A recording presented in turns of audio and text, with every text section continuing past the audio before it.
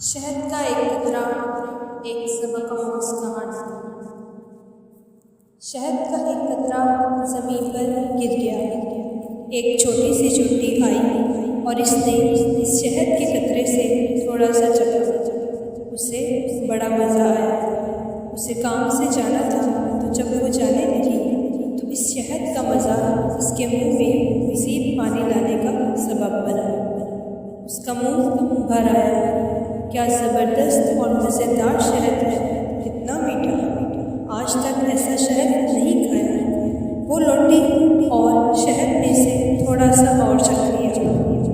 اس نے دوبارہ جانے کا عزم کیا، مگر اس نے محسوس کیا کہ یہ تھوڑا سا شہد کھانا کافی نہیں ہے، اسے اور کھانا چاہیے۔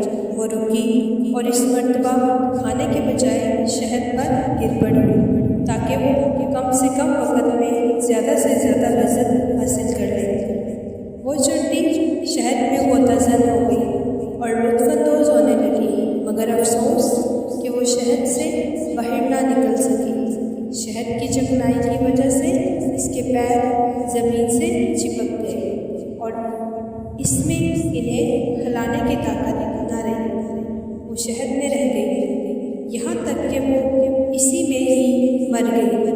اس کی لذت اندوزی نے شہد کو ہی اس کی قبر میں تبدیل کر دیا۔ ایک دنا کا قول ہے، یہ دنیا شہد کے ایک